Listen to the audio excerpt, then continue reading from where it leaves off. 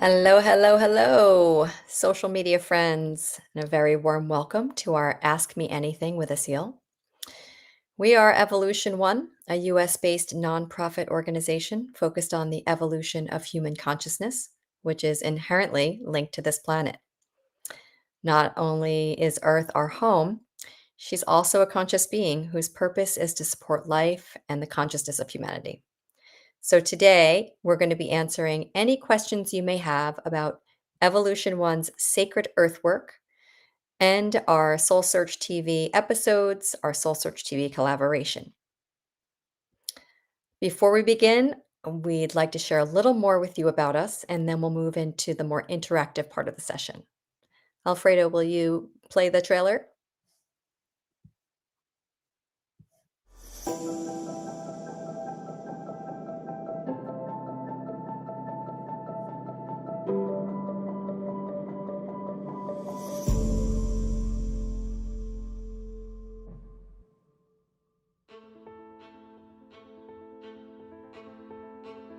Humanity is at a turning point. Now more than ever, we must turn our attention to our sacred earth. We must remember how the earth feeds and nourishes us. The very fabric of our being is interwoven with the energy of this living planet. We are embarking on an expedition to Kosovo, Serbia, Bosnia, and Croatia, the Balkans. We are experiencing this expedition together as a community, as we realign these stagnant areas on the planet and learn from the ancient wisdom held within the land.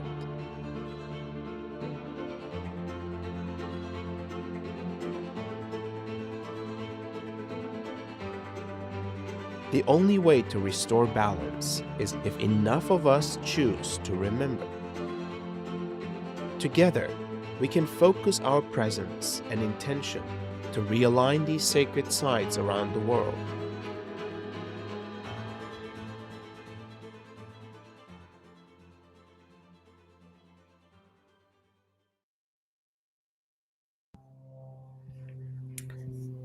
Thank you, Alfredo.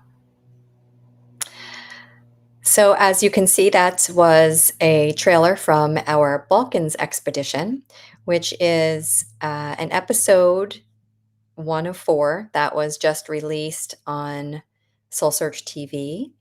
And it's where our Sacred Earth Expedition episodes are. So, if you want to explore further with us, we have a link to the Sacred Earth Expeditions via Soulsearch TV.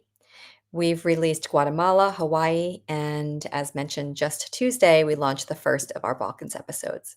So feel free to dig in. All right. Now let's move on to Ask Me Anything with Asil. Asil, you there? I am There here. you are. Hi there. Wonderful. Hello. We've had a bunch of questions already come in. It seems that since we put this out there that we were going to do this, people have been flooding Mighty Networks and even the chats beforehand on the social media channels with some questions. So we've got a bunch of good ones for you so far, and we can Fantastic. feel free to keep them coming. We'll try to answer as many as we can in 25 minutes.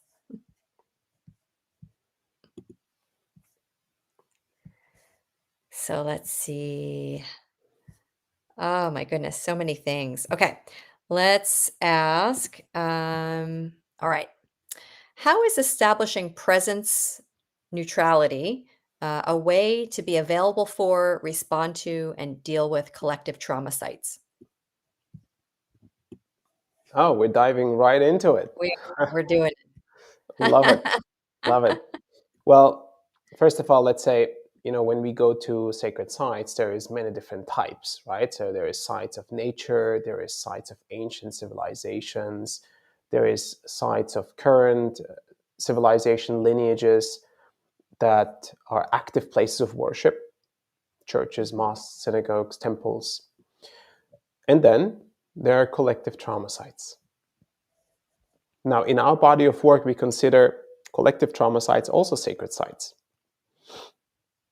Because something of great impact has occurred on a trauma site and may still be affecting the fabric of our reality and the fabric of that region.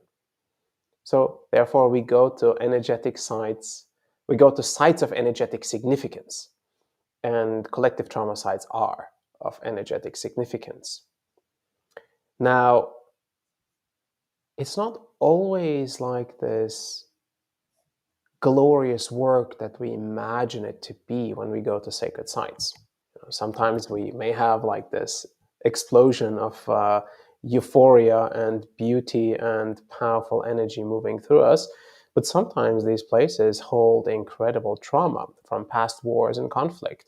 Some of them even only a couple generations ago, a generation ago. And I find that work to be very important and very significant. Maybe one of the most underrated ways of impacting human consciousness and the human collective. Mm-hmm. So, how we go to places like this makes all the difference, right? If we are going there with a certain level of practice, if we're going there with preparation, with a certain level of alignment we hold within ourselves, then it's going to be much easier to navigate through a place of collective trauma than if we haven't built that internal alignment within ourselves, that connection to earth, that strong anchor and grounding when we're going to these places. Mm. So in my experience, it's been incredibly beneficial, almost a prerequisite to have strong alignment before going to these trauma sites. As you know, Crystal, what it's like when you go to a place where a recent war occurred and you feel the trauma in the field, the density of that, and even some people live in that field consistently and all the time. When we enter that field and we're not used to it, it can definitely shake us. Yeah. Emotionally, mentally, even physically, it can shake us. That density, it can pull us down. It can pull us into dark thoughts, dark emotions. So having processed our own trauma internally can help us navigate these places with more grace, with more clarity, and with more neutrality. And I think that's really important to have when we go to places like that. Of course, we're not perfect human beings, so sometimes we'll go to a place and we will not have perfect alignment, and we will be shaken by what we are experiencing, what we're seeing, what we're hearing, what we're reading about the place. Mm-hmm. That's also normal. But having a practice to be able to return into alignment is also a very important piece when we go to these places, because you fall out of alignment, you have practice, and you go back into alignment, because the next sacred site or the next trauma site might be only a couple hours away on the road to the next one, to have an experience and to provide an attunement to these sacred sites that may be having a huge impact to the field that we are in as humanity. Mm. Excellent. Thank you. Thanks for that. We just talked about Earth as a conscious being. I just mentioned it. And I like the concept, but how do I turn that into a reality? Like, how do I relate to the Earth as a conscious being?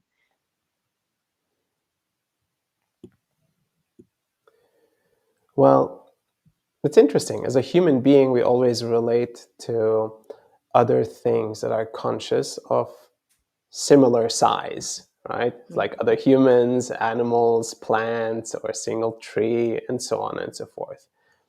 But rarely do we see the entire Earth having its own consciousness, being a conscious being of her own. And that's because Earth's consciousness is so much bigger and so much wider and so much more complex than we can imagine or we can relate to. Mm-hmm. But she is a very conscious being.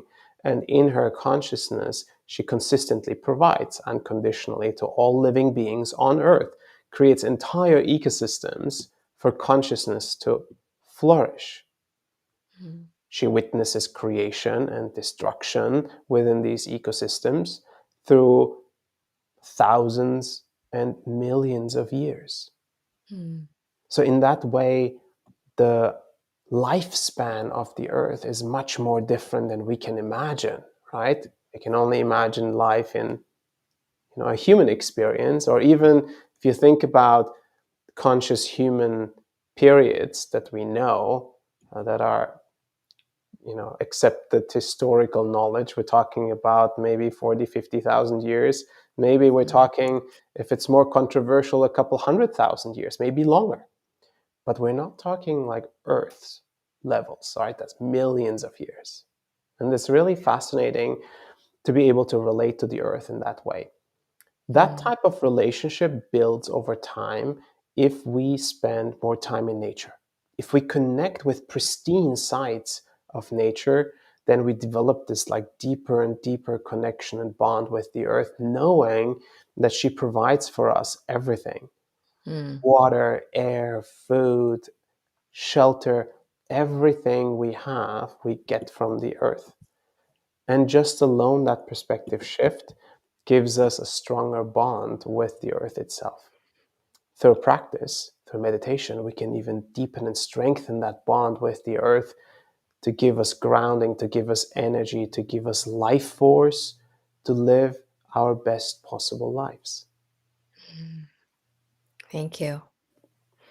Yeah, I remember in Guatemala when you were channeling in the water at Crater Azul, and the messages that came through about water and life force and the interconnectedness between us as humans um, and water and the energy that it carries, and it's just such a beautiful experience. Um, all right, let's see. All right, I'm going to ask you a fun one now. Okay. You can. What is one of the dodgiest moments you've ever experienced on an expedition? Oh, well. There has been, I guess, many dodgy moments. Um, I would say maybe one was I was fortunate enough to be able to go into the Dome of the Rock, which is one of the most sacred sites for the Abrahamic lineages. It is in Jerusalem. It is a centerpiece, the one with the golden dome on top, Dome of the Mhm. Rock. And inside that dome is a giant rock, literally, and it is the foundation rock. It is a very powerful piece of the Abrahamic lineages that include the stories of Abraham when he was about to sacrifice his son on that rock. It includes the stories of Prophet Muhammad having experienced an ascension process on top of the rock. It has stories of the Ark of the Covenant being stored on top of that rock for a period Mm. of time. And the Dome of the Rock holds this rock inside. So underneath this rock is a little cavern, which is meant for prayer. And in this current time, it is held by the Muslim community, and it is a place of prayer in a particular way. So I'm getting into that cavern underneath the rock, and I'm sitting there and, sitting in meditation pose and starting to channel and starting to do some hand movements, to do some energy work, alignment work, connection work. And like within seconds, there was like 3 security guys that like came rushing down the stairs, and they're like, Uh-oh. "Who are you? And what are you doing here?" And I was a little startled, and I stopped what I was doing, and I talked to them for a minute. I said, "This is my name, and this is where I come from, and I'm visiting. And in some ways, they relaxed, and they didn't really kick me out, and they let me finish. And then I walked out, and I walked around a little bit around the rock and looked at some things and took some photos. And there was this one woman who came up to me. She seemed to be like, one of the guides there. She's like, "So, um, are you Sufi?" And I was like, "Well, I believe in Sufi principles." She's like, "Uh-huh, okay." And uh, she was asking me where my heritage is from, and my parents are originally from Turkey, and so there's a big Sufi community there, and so on. So that was very helpful. And in some ways, the Sufis are known to be mystics in the Islamic tradition, and they kind of get away with a lot of weird stuff. And I think that's what they were projecting onto me. It's like, oh, he is weird because he's of Sufi descent, and therefore he is okay in that way. So that's one of the stories. I was like, I was sweating a little bit because I was the only one that was allowed into the Dome of the Rock, and the others in my team weren't. And so I was kind of like by myself, which maybe made it better in some ways.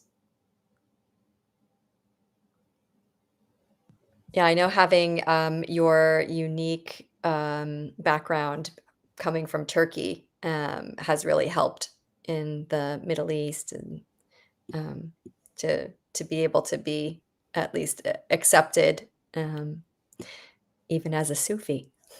Mm-hmm. All right, let's see. Hmm. Here we go. We are encouraged to visit sacred sites for healing and activation. Can we do this through our own internal journeying as opposed to going to the actual site and have or receive the same benefits? That's a great question. So, in general, I think with right practice and with the right amount of dedication, one can develop what I would consider a consciousness bridge into the field of humanity, into the Earth's field, into everything that is occurring within the Earth's field. So, we can then project our consciousness to be at certain places around the world, sacred sites around the world.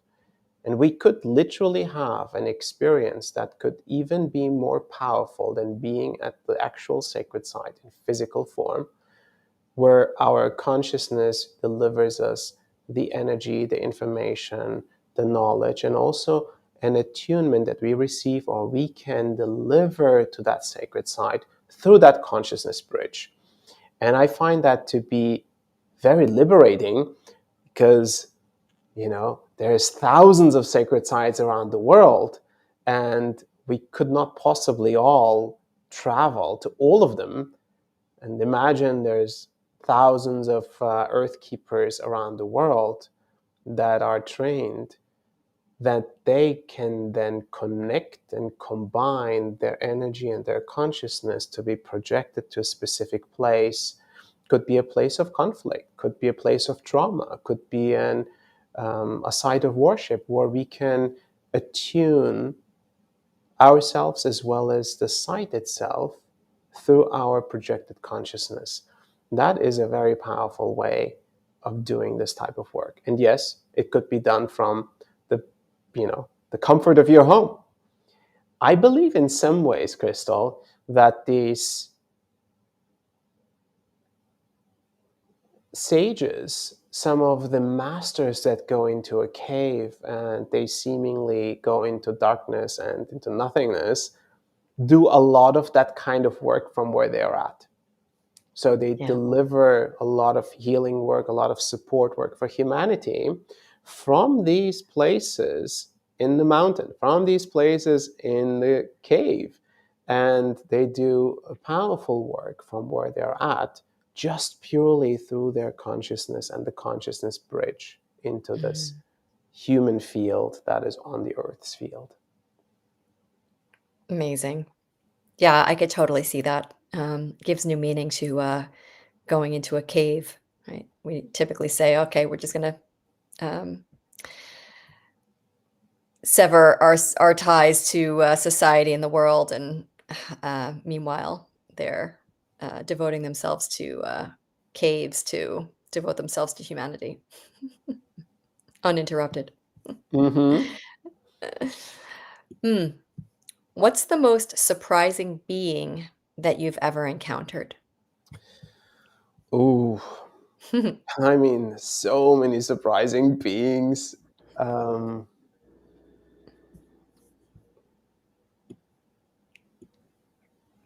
I mean, aside from like meeting lots of different types of dragon beings and fairy beings and just like really fascinating forms that are serving in the different ecosystems of this world. I would say one that really stood out for me was an experience in the Besaki temple in Bali. It's one of the most sacred temples. They call it the Mother Temple. It's on the foothills of the volcano. And when I went there, the volcano was actually erupting and shaking and spewing smoke and lava, and the temple was mostly closed. Occasionally, they would open it up. I somehow got a connection to one of the priests, and they said they would clear the top area where the shrines are so that I could do some work. It's interesting. Like I ended up there, arriving in Bali and like not knowing anyone, basically, saying, "Hey, I was called here to do some work at the temple, but I don't know anyone, and I don't know if this sounds crazy." But then a couple of locals listened to me, and they were like, "It sounds right, and we're gonna help you." And so I ended up in one of their sacred places as just a stranger that had just traveled in, listening to a voice. So here I am, and it's like in the afternoon, late afternoon, almost evening. We do like the Hindu offerings, which is part of their tradition. So that was one piece that we did. And then once we did that, the priest basically said, "Okay, now you're free to go. You have your time." I said, "How much time do I have?" They said, probably like around 3 hours. So they gave me 3 hours by myself and the top with the shrines and everything. So I'm there up there by myself in full, like dressed up as like someone that would go to a Balinese ceremony, right? That was part of the walking that lineage, so to say. So I'm up there and I'm going into deep states of meditation, and like the almost like the internal ecosystem of the temple is opening up, and there is an entire world within that temple. Lots of kind of different types of beings. I don't know if some of you ever saw like some of the animes from Studio Ghibli or Miyazaki, a famous anime creator. He's got like this great fantasy about all kinds of spirits and all kinds of deities. So I'm in this world full of deities doing all kinds of tasks, and it's like a giant machine, right? It's like an operation. So there's like two of them, a short one and a bigger one. They come over to me and they're like, "Oh, great, you're finally here. We've been waiting for you. Okay, come, we're going to show you a bunch of things." So like they're taking me on these different things. And this is all happening through my consciousness while I'm sitting in a deep meditation, right? So they're taking me all around. They're showing me, "Oh, this is thing, and this is how that works, and this is how we take the energy from the volcano and transmute it into different types of light, and it goes into other temples." And I'm seeing this whole map. It's mind blowing. And I'm like, "Okay, guys, we just don't have a lot of time. So I would love to see more, but you really have to show me like, why am I here?" And they're like, "Oh yeah, yeah, okay. So we take me to like some sort of what I would consider like an engine room, or like something that is of great significance, a central piece in that whole place." And there is something that I would consider was like a jade looking like bow, two of them sitting next to each other. One was broken and the other one was perfectly fine. And they said, "This one broke when the volcano erupted." I was like, "Okay." And meanwhile, I'm getting this information from the guides that basically say, "Well, it just was receiving too much energy and it just broke. This is an important piece of it, and the temple can't operate properly in this particular way, energetic way." So I'm like, okay, all right. So the guides come through, they do a bunch of work, and this thing seems to be like, mending together. And it's fascinating to watch it because I have no idea what's happening through me, but I'm watching it happen. And that finishes, and then there's a bunch of other cracks in this whole place that are getting to be fixed. And I'm doing that. That's amazing too. And eventually, once this work was complete, I gave my thanks, they gave their thanks.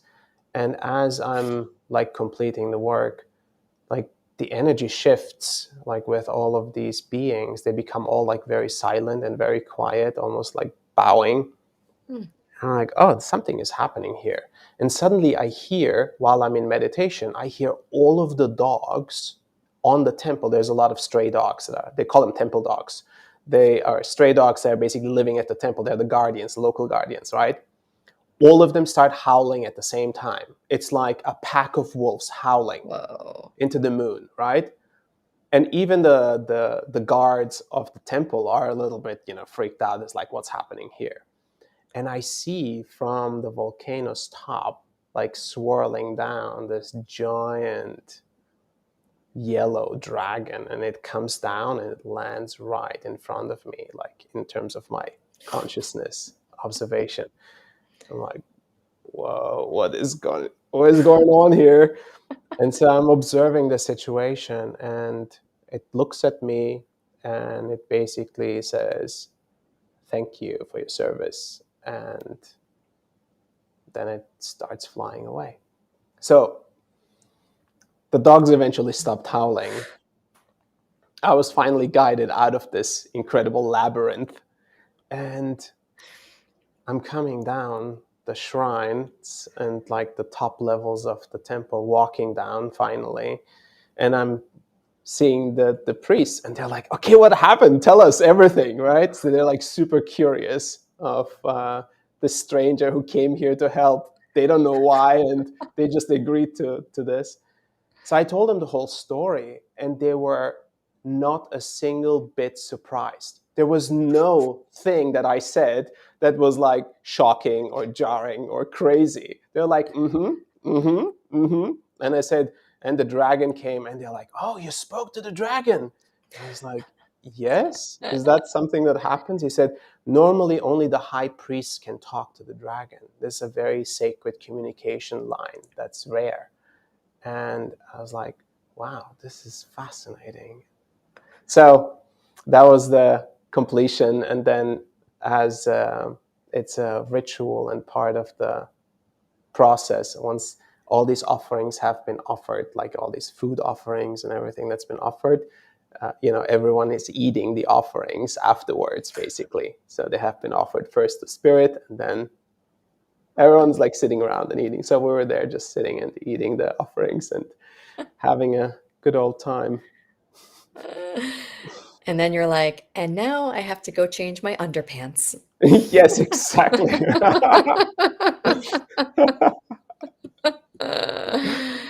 Not prepared for the yellow dragon. That's right. Let's see. Um, do you ever go back to sites once they've been activated, and will you bring people with you? Hmm. There is occasionally, especially if sites are on my pathway, I'll go back. But I'd say there is like thousands of sacred sites, and it's really hard to say I'm going to go back to the same site over and over again. Once I've been there, there is, as I mentioned, there's a consciousness bridge that is established that I can literally connect back to very easily. But I do love going back, and I do love feeling what it's like after the work had been done there and how it's changed and shifted the energy a year later, 2 years, 3 years, 4 years later. So there are definitely some places that I'd love to go back to. Some of them are definitely Egypt and Turkey and parts of Greece and parts of the Middle East. And even Jerusalem, I'd love to go back to. There are so many amazing places I'd love to show people. and I'd love to take people on. And also, I know that we are developing such incredible human beings that are, I would call, earth keepers in service, who will be able to take people on some of these trips following the footsteps of, some of the sacred site visits that we have done. And some places will be very difficult to get to because they're, you know, in active war, or they are closed off to civilians because they have been in recent wars. Mhm. Yeah, and we are bringing a bunch of people back to Lake Atitlan in Guatemala. We're going to be Right. going back to some of those sites there. So, um, yeah, if anybody wants to join, it's the first weekend in March. So That's right. come on over. Or you can experience it online. Like somebody was asking if can I tune into the sites remotely? You certainly can. So wonderful. Well, it's at the bottom of the hour, Asil. Hmm? What do you think? Should we? Is this a? It's a 1 hour.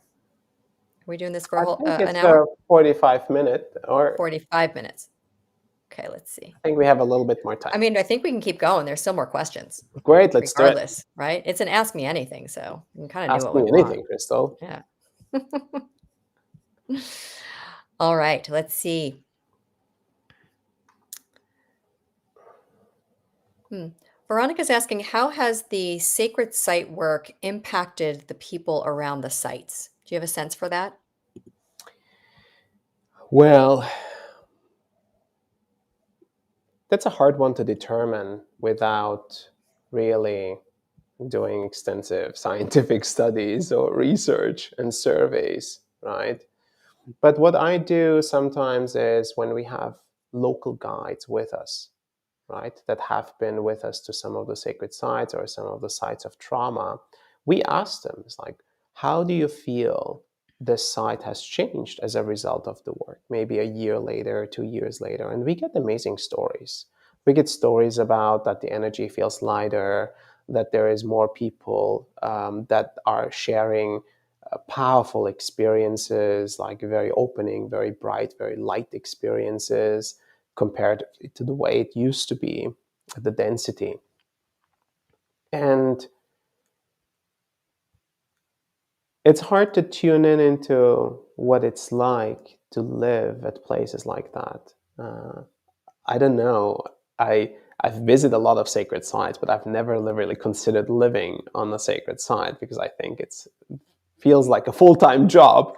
You're consistently in the energy of a sacred site and in the ecosystems, and consistently have communication with all kinds of beings that live there. It may be a little too busy for me, almost like living at Grand Central Station, or Mm, at Times Square or something like that. yeah. Yeah, but that time we went to Sedona. Remember that time we went to Sedona? We couldn't stay in Sedona itself, like right near the vortexes. 'Cause it was just like the energy was full time and full on. Hmm. Somebody's asking a question about synchronicities. So question: do you experience any synchronicities on the journey en route to a site or the work performed? Are there any locations that left an unexpected impact on you? Mm. Well, there's a couple in there, a couple of questions even. I would say synchronicities, countless, countless synchronicities. If we create space for it, we'll meet local guides, and local guides will take us to a place that's considered to be haunted by the local population. And they're like, can you do some clearing work here? And then I'll check with the guides and they'll say, yes, do that too. So there is like synchronicities over synchronicities. And they're like, oh, we want you to meet this person, and we want you to meet that person, and we want you to go to that place. And very often, many doors will be opened if people feel our intention and the purity by which we're walking this path. That's amazing. Other synchronicities are more like phenomena that we're observing. Like meteorological phenomena. So we'll finish some work and there'll be an incredible rainstorm that is coming and thunderstorm. Or I'll be in, in a period where, or in a place that has never seen anything like hail, and it'll be hailing like golf ball sized hail. And I'd ask the locals, I'm like, is this normal? They're like, we've never seen anything like this, right? So there is something happening meteorologically when we do this kind of work. Something shifts, energy shifts, and energy moves. And water is that energy movement.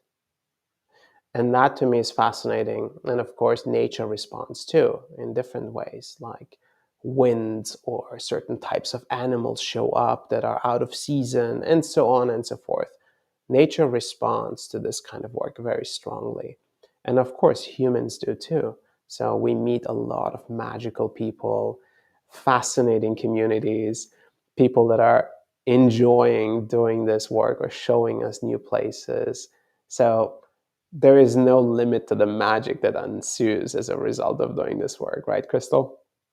Oh, yeah, absolutely. When you said wind, I was thinking about, uh, was it, the Cimarron cenote in Mm-hmm. Guatemala, the dry cenote, Mm-hmm. where you're literally, like, perched on the edge of this abyss, and the work is being done, and the wind that came through at the Mm-hmm. end of that was just like, I hope he doesn't fall in.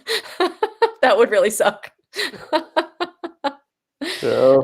Or what about, the cenote right after that, where as soon as you were done, it was the wet cenote, and um the breeze came over Candelaria, yes, thank you. The breeze came over the water, and it just, like, it looked like it had been, just touched by just a light touch that went rippling through. It was Mm. so incredible. It felt almost Yeah. like the ripple effect of doing the work there. Yeah, yeah, it really did, because it was completely still until the work finished, and then it was just this light Mm-hmm. breeze. It was amazing. Yeah. Lots of synchronicities. I always feel, very in the flow when I'm on these journeys, these expeditions too. It's a great practice of synchronicity, trusting that the right thing is gonna show up for you in the moment. Mm. Let's see. When we are doing sacred site work, are we working in cooperation with higher realms and the earth and galaxies? Yes, it would in this case not even be possible without. We have an incredible support system and mechanism to be able to deal with any emergent challenges, be it dense energies, be it local energies, local entities, and so on. So we have to come into that place from an incredible alignment and connection to higher realms. And it's not me that is deciding to do a certain type of work there, or oh, this needs to change or that needs to change. It's not my evaluation mechanism, but rather the connection that I hold to these angelic realms, so this higher consciousness basically says, okay, these pieces need to be adjusted so that this place can serve not just that region, but it can serve all of humanity across the entire Earth grid. And so it's almost like without the connection, I don't think I would even go. Or I would have a very different experience, not Yeah, the way that I've been having. yeah, yeah, I can see that for sure. Mm. Let's see. This is one of my favorites. Where's the best food in all of your expeditions?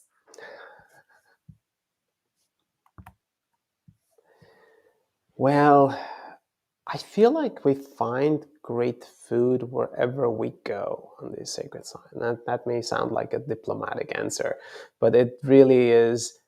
Once you start going into the countryside, and you start tapping into communities and locally grown food and home cooked meals and little families that have guest houses where they feed us, and it's just incredible. Like, you know this may be controversial to some people, but some of the best meals were the meals that were served to us by local families in Iran, when we were moving through many different sites of the countryside. And they were so happy to see tourists, and they were so happy to share their food and share their homes.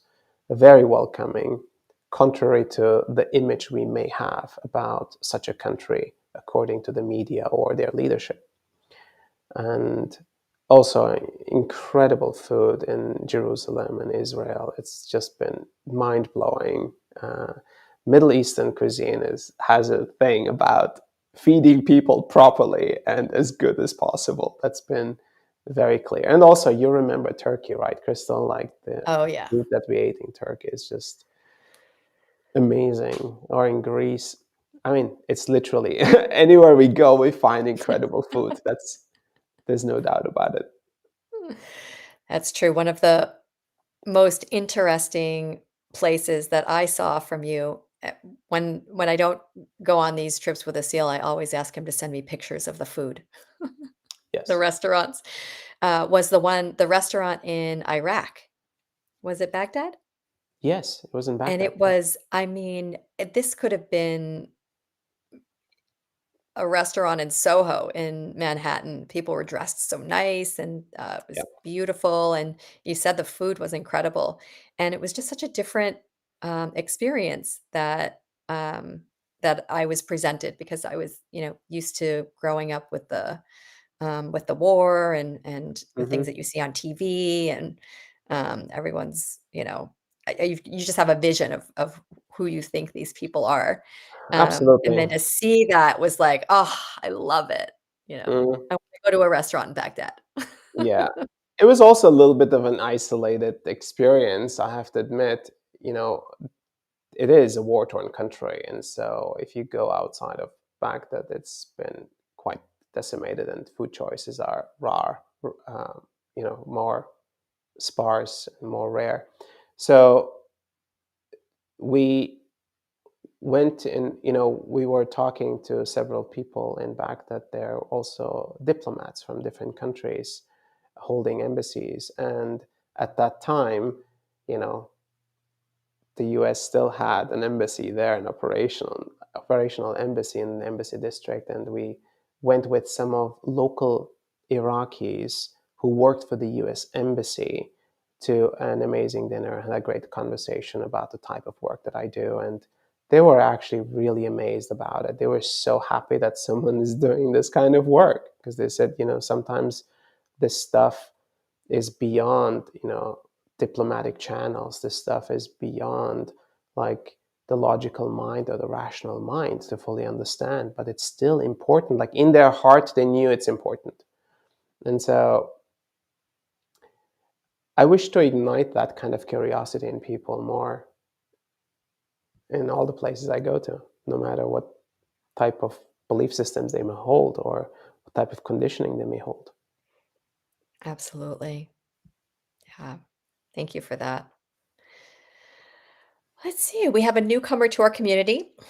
She says, I've tuned into Elohim activation a few times. So we can talk about this, but I'd love for you to extend this question, this or your answer, to sacred site work.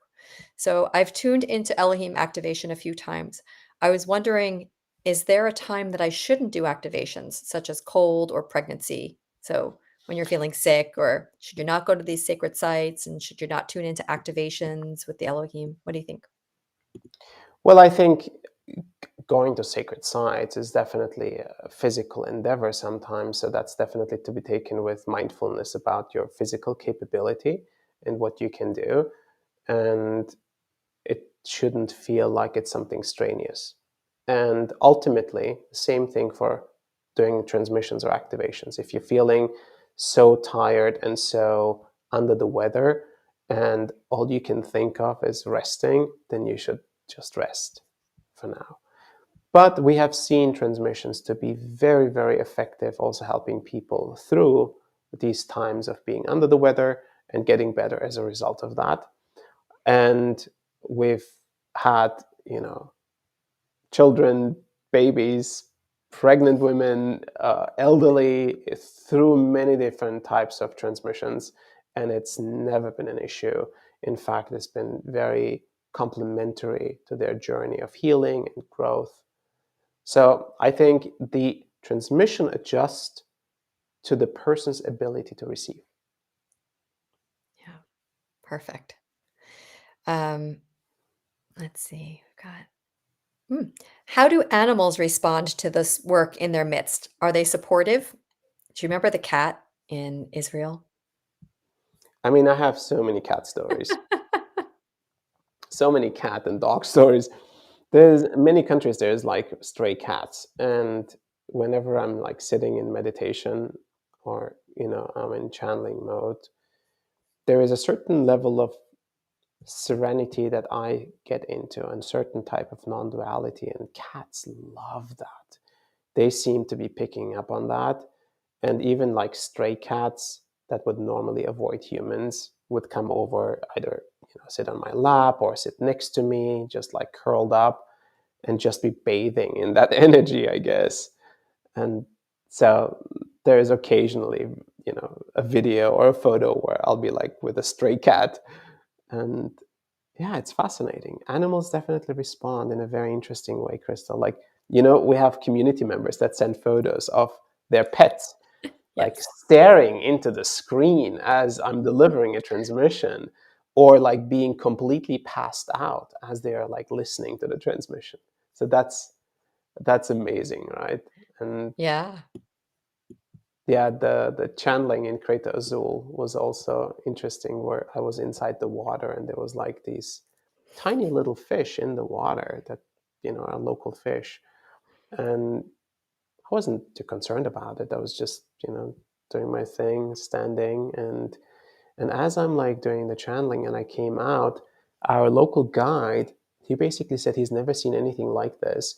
He said all the fish were basically pointed towards me, almost like in a star formation, and we're just hanging out there, like almost like frozen in the water. And it was a fascinating reflection to hear that. Yeah, that was pretty cool. I mean, I was watching it with my own eyes. They all just like coming over, like, what's happening here? It's one thing to be channeling in the water for the first time because Hmm. the dock is underwater that you Hmm. had planned on channeling on, but then there's the whole other layer of, It's these in our fish. Guatemala episode, right? I think two or three. It's definitely a portion of it is, and then we've got the full channeling in our Guatemala digital passport. That's on Mighty Networks. That's right. But That's right. I'm sure that there's some footage of it in one Yeah. of the episodes. So, for everyone that's watching, like aside from the episodes you can watch on Soulsearch TV, they're only like, a short portion of what we really experience. There's like so much more, right? Yeah. So if someone is curious, for example, about the Guatemala full expedition, there is the full expedition with almost, I think, 9 hours of video material, including all the transmissions and all the transcripts Yeah. on that expedition. You can like purchase it and watch in full depth if you want to go as deep as we are providing.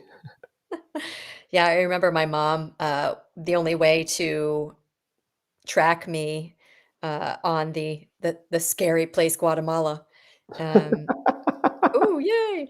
Was to follow along, and, after the Crater Azul was released, she texted me and she's like, "I really liked that water channeling. It was cool that he got in the water."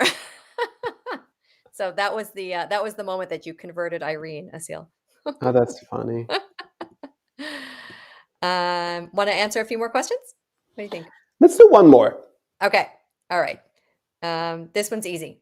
What is the thing you cannot travel without when going on an expedition? Phew. Okay, let's see.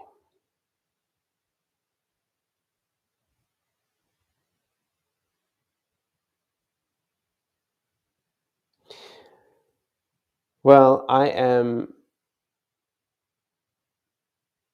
in general, I don't have no longer any spiritual objects. I used to in the early days of my path, and I used to have a lot of these externalized power objects that I would carry with me to different places. And in case something happens, I have something to hold on to, and here's this and here's that. And these days, really, Crystal, we have lots of production technology that comes along on these journeys.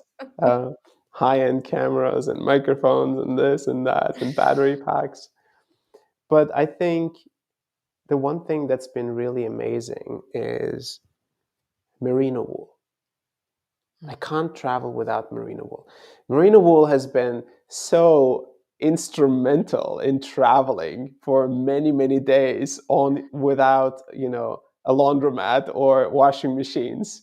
Being able to just not smell and being able to go through many, many different places and different weather types and so on.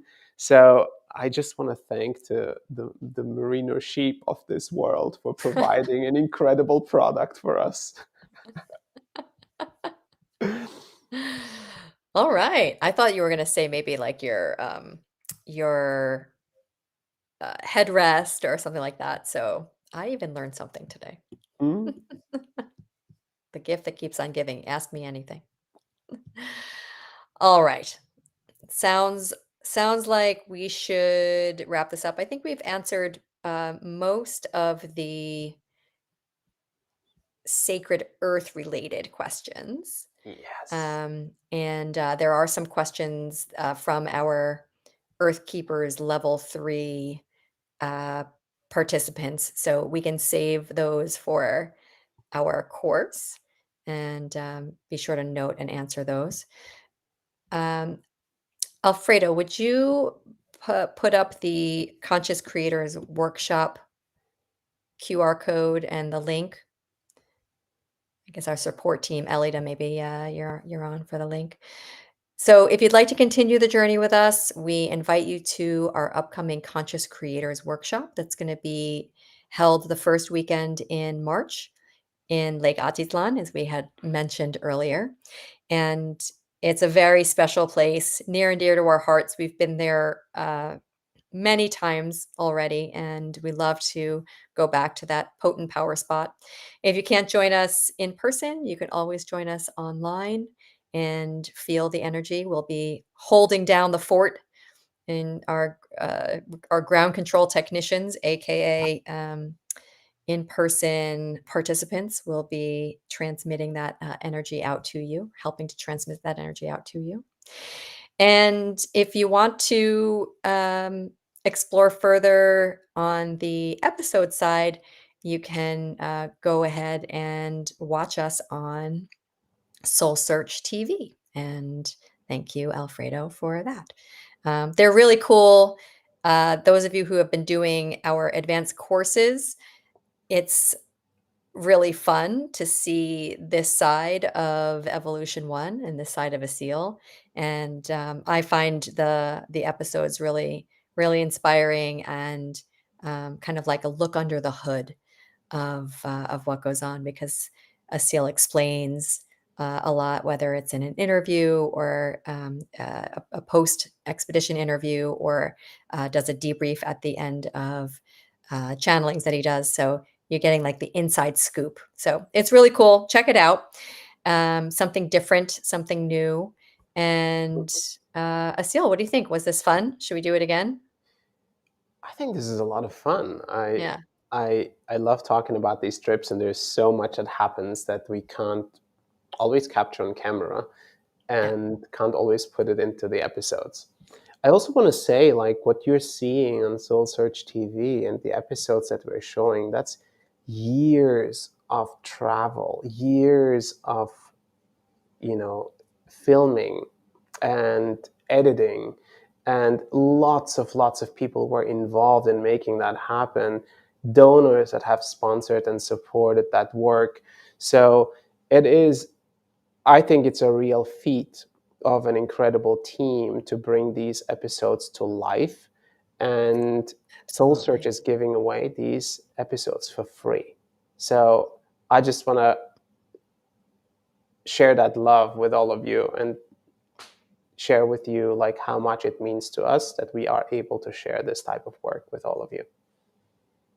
Yeah, that's true, and thank you. Much gratitude to our production team, putting those together. Our very own Alfredo, worked his magic on the Hawaii episode, so congratulations, Alfredo. They're really fun, and, we've got, graphics with Pablo, we've got our producer, Stefan, who's fantastic, and we've had, various videographers that have, brought really this to life. Uh, I'm like, who was Ludwig, it? Harry, Ludwig, Edward, Harry, yep, Stefan, Stefan, yeah, Leonardo, Leonardo, yeah, exactly.